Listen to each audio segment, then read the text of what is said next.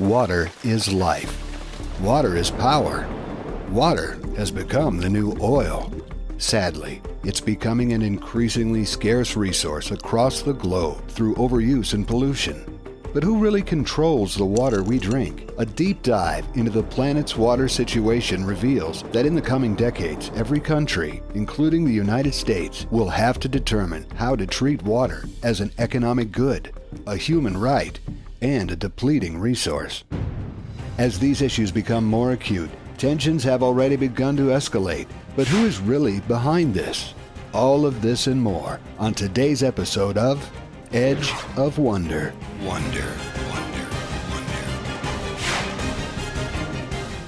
Welcome to Edge of Wonder. I'm your host, Ben. And I'm Rob. Previously, we did an episode on pole shifting, the real-life possibility that life on Earth could massively change if the magnetic poles reverse. We care about letting you guys know about potential issues related to Earth that not a lot of other people are talking about, but should. Today, we're going to talk about a potentially even bigger issue: water. Have any of you seen the movie The Big Short? You all know that it was based on the real-life story of Michael Burry, who saw the coming of the financial crisis in 2008 and bet against the housing market while making millions. At the end of the movie, though, it says something very strange. Burry is putting all of his money into one thing: water. Some of you guys might be thinking, well, how can you invest in water, and why would you want to when, well, water is everywhere? Well, water is everywhere, but did you know that only 2.5% of our water in the world is fresh water, and only 1% of that is easily accessible? Also, what about contamination? So is drinkable water becoming the new oil? And just like oil, do we have to treat water as an economic good or a human right and a depleting resource? In this episode, we wanted to take a step back and talk about something that truly needs to be addressed. Because the reality is, water is already becoming a scarce commodity for many people in third world countries. If people don't take action in the future, this could affect everyone.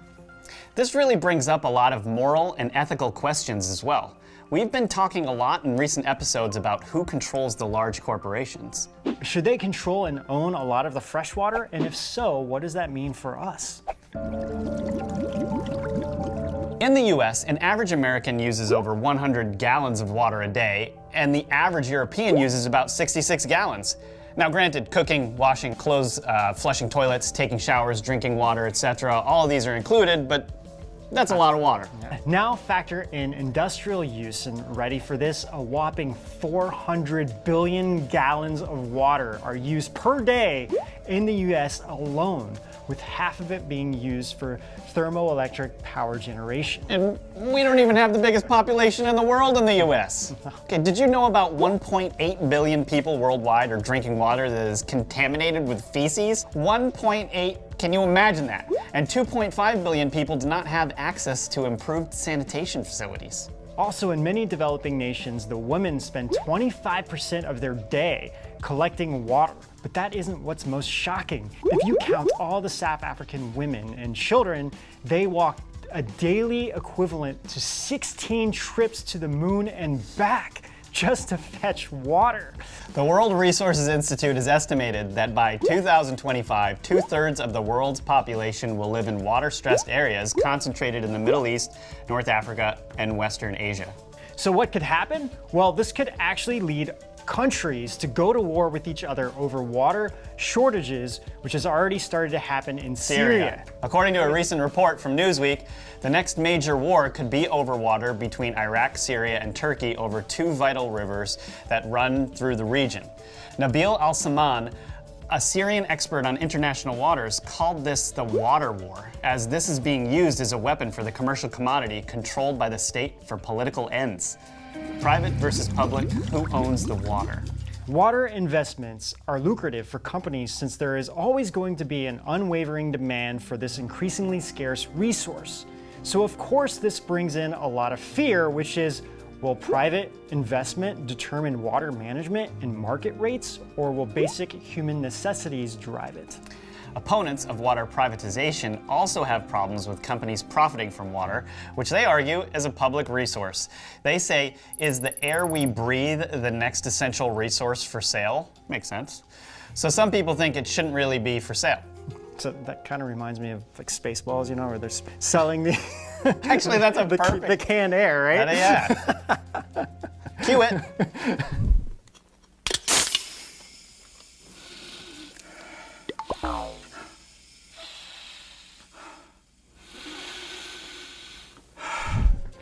All right. So a Pepsi VP said in 2000, the biggest enemy is tap water. So already we know where this is going, which was followed up with, when we're done, tap water will be relegated to irrigation and washing dishes, said Susan D. Wellington of Quaker Oats. The scary part of this is that the three big corporations of Nestle, Coke, and Pepsi are all purchasing water and on a large scale. The city of Sacramento in California let Nestle bottle and sell excess, whatever that means, tap water. They are purchasing the water for $1 per 750 gallons and then selling this for like $1 to $3 for a 16-ounce bottle of water. By the way, for those of you who watched our Committee of 300 video and know that everything of the 300 comes from Switzerland, well, so does Nestle's headquarters. The world's largest company, Suez, serves about 1 billion people worldwide, including 20% of China's urban population. According to the In-Depth Water Yearbook, 63 million people in the US are now served in some way by private water companies. American Water is the biggest water company here, and in 2016, its revenue was over $3.3 billion. However, it does cost a lot to treat water. Globally, about $420 billion in capital spending is needed annually for waterworks, but realistically, only about $190 billion is actually spent, according to Global Water Intelligence. So as a result, infrastructure is deteriorating. But like everything, and considering the missing hundreds of billions of dollars, corruption is a huge factor because of lack of oversight. According to a New York Times article, quote, bottled water manufacturers are not required to disclose as much information as municipal water utilities of gaps in federal oversight authority. It goes on to say that the Food and Drug Administration oversees bottled water and the US EPA is in charge of tap water. So there's one good thing about private companies, though, owning the water, is that they'll invest more and have state-of-the-art technology to keep water clean and fresh. But the question on everyone's mind is, if water does become more scarce, will they raise the price and force us to pay more for it? It's on my mind. I think it's on everyone's mind. So, we gotta talk about China. The edge of wonder. One of the countries that has the most people and the most serious water problem is China. Authorities estimate that about 80% of China's surface groundwater is not fit for drinking, and 90% of the groundwater in urban areas is contaminated. So more than 360 million people, that's more than the population of the United States, or about a quarter of the country's population, does not have access to clean water. With the main sources of water pollution in China coming from manufacturing, chemical, fertilizer, paper, and clothing. And according to an official Chinese report, 70% of China's rivers and lakes are so polluted that they can't even sustain marine life. Jeez. Things are so bad that it caused the extinction of one of the baiji dolphin, a mammal native only to the Yangtze River. And I'm speculating that that's where the three-eyed fish came from in The Simpsons. Probably. Yeah. The yellow, which is the second largest and is known as the cradle of Chinese civilization, has over 4,000 petrochemical plants on its banks and have polluted its waters beyond recovery. China is one of the most water-stressed countries in the world. China has a fifth of the world's population, but less than 7% of it is fresh water. Beijing's groundwater was considered inexhaustible, but that too has been being pumped faster than it can be replenished, having dropped by nearly 1,000 feet in the last 40 years. However, a lot of this contributes to corruption throughout the Communist Party's history. Mao's Cultural Revolution produced huge amounts of sewage and waste, and these pollutants were discharged into rivers, which still continue to this day.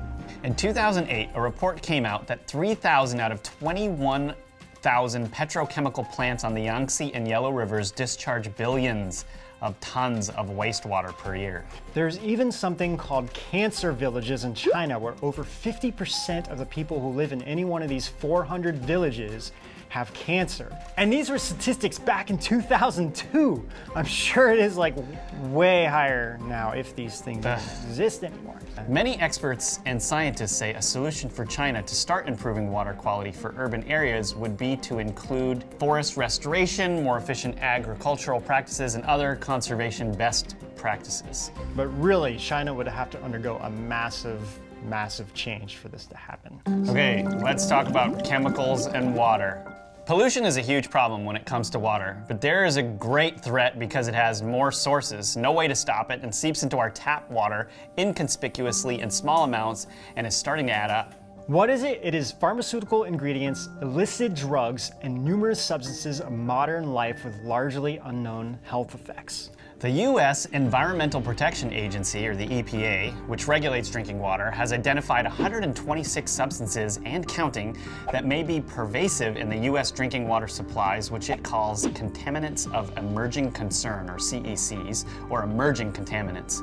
And how does it enter our waters? Well, when we take medications or illegal drugs, part of it is absorbed in our bodies, and the rest is passed, well, when we go to the bathroom and when we flush. I think the they toilet. get it, Ben. Yeah. Some people also dispose of their drugs in the toilet, in which their particles don't end up getting filtered. The wastewater containing CECs is then released into rivers or other bodies of water used as drinking water sources. CECs enter the body not only through drinking water, but also through the produce grown on land irrigated with water containing contaminants. Okay, according to the Epoch Times, research hydrologist Dana Copland, chief of the USGS Toxic Program's Contaminants of Emerging Concern Project, that was a mouthful, said, quote, "You get exposed to a whole soup of things. For a fish, it's what they live and breathe in, but for humans, it's what we're breathing, it's what we're drinking, it's what we're lathering up on our skin for cosmetics, it's what we eat," unquote. Now, what is really alarming is that a study by the Idaho State University School hypothesized that the effect observed in fish indicates that this mixture of pharmaceuticals in the drinking water may be triggering autism in some people. Some scientists are hopeful that the new tools will be invented and new testing will be done to start catching these before it's too late. A study at Harvard found that 6 million Americans are exposed through tap water to polyfluoroalkyl and perfluoroalkyl. These substances are also known as PFOSs and PFASs, a class of chemicals used in paints and firefighting foam at levels at or above the safety limits. PFASs have been linked to kidney cancer, elevated cholesterol, obesity, and endocrine disruption. By the way, these chemicals bond with fluorine, known in chemistry as the very deadly poison. Wait a minute. So, what is the difference between fluorine and fluoride then? Okay, well, fluoride is actually a reduced form of fluorine, and they say it's only harmful in large quantities, but I mean, oh my gosh, it's in everything, right? And I mean, with all the exposure that we're getting, who really knows what it's doing to our bodies? Some found it reduces cavities, which is why, of course, everyone thought it would be good to spread it everywhere. Yeah, great plan. So we know that fluoride is becoming a major concern for a lot of people, and we covered a little bit of this in our Third Eye episode. But we'll be diving deeper into the fluoride conspiracy. Well, it doesn't really seem that there is one, but we'll talk about it more in our next episode on water. Also, for those of you following our videos, you know that we're doing a whole series on exposing the deep state and what their ultimate goal is. We started with the Committee of 300 and their plans for how to form their one world government. We also talked about, at length, eugenics and all the methods that they're doing to carry out their plan. The big conspiracy out there is that they are purposely polluting our waters to make us sick, to kill us off, to force us to buy their drugs, and mixing pollutants in water, such as fluoride, to actually significantly dumb us down. Since water is crucial to our survival, it would make sense that they would start to have these systems in place. So this is what we'll be talking about in our next episode. But this water topic is huge, and the scope of it is just too broad. So we will do one on the dangers of plastic bottles and fluoride. Now, if you're worried about your own drinking water, most cities have free water testing kits that they'll send you, and you can test your tap water. And if they don't, then you can find tests online that are not too expensive. Or you can go to epa.gov/CCR to see the rating of your own public water. Yeah, so guys, be on the lookout for those next episodes, and don't forget to hit like and subscribe and hit those notification bells. And until next time, we'll see you guys out On the edge. of the deep green sea. What is that? It's a Cure song. Oh, man. That's so bad. Hey everyone, have you been enjoying Edge of Wonder? Do you want to help us keep creating new and exciting content every week? Now's your chance. Go to edgeofwonder.nyc. So guys, we just launched our own version of Patreon, our exclusive donation page where you can pledge monthly at a minimum of $1.50 a month. But we'll have different tiers of subscription, which will have different offerings depending on how much you pledge. And we want to keep focusing on making great content for you guys and grow it into something you guys will love. So where is it? edgeofwonder.nyc. Anyway, we love you guys, and we'll see you out. On the edge. And pearl kill. You sound like a little kid saying, like trying to say a really complicated word. Polyfluorokill. We're doomed.